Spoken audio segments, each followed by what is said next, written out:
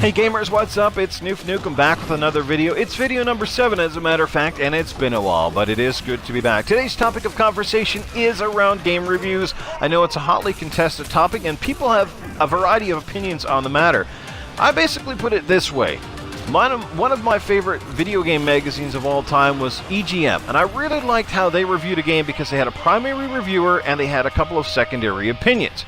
And in some cases, all three people that reviewed a said game would give it a high score, 8, 9, or up. You know, a game that gets a 7 is not necessarily a bad game. It's probably a pretty damn good game, but might have a few occasional flaws, maybe was rushed to market a bit early. So, you know, we shouldn't beat ourselves up over games, you know, not always getting that definitive 9 or 10. I mean, really, there is no such thing as a perfect game. There's technically always something wrong somewhere, but it's about as close as you can get. I mean, in the past year or so, one of my best games that I've ever played was you know, Rise of the Tomb Raider. That game to me was perfect in all aspects, and I really enjoyed it. But at the end of the day, you know, make up your own mind. Never fully trust what a reviewer says. If you're even riding the fence, if it was a game that you seem like you might like to try it out, then by all means, you should try it out and make up your own mind. Don't let a reviewer necessarily sway your opinion to spend your 60, 70, or 80 bucks on a said title. That is my best advice, is make up your own mind.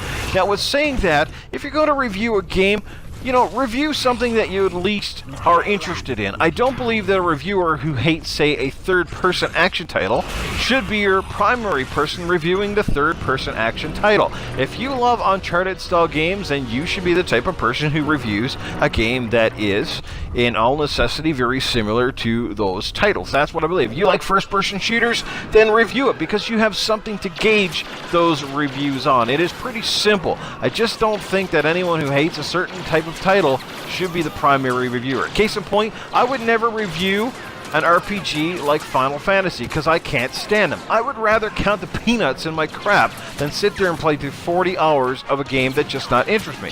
Now, I'm not saying that Final Fantasy is bad, okay? If you like that style of game, awesome, good on you, but I'm not going to review it. It's not my cup of tea. So that brings me to the end of my video, and finally I'm just going to leave off and say that no, we do not need more reiterations of consoles right now. The ones we have are perfectly fine. They're doing the job. We're enjoying the games, and I don't see why hardware companies feel the need to bring out something new. So that's just my final thought of the day. Anyway, make up your own mind about your games. I like what I like. You like what you like. Take care. We'll talk to you soon.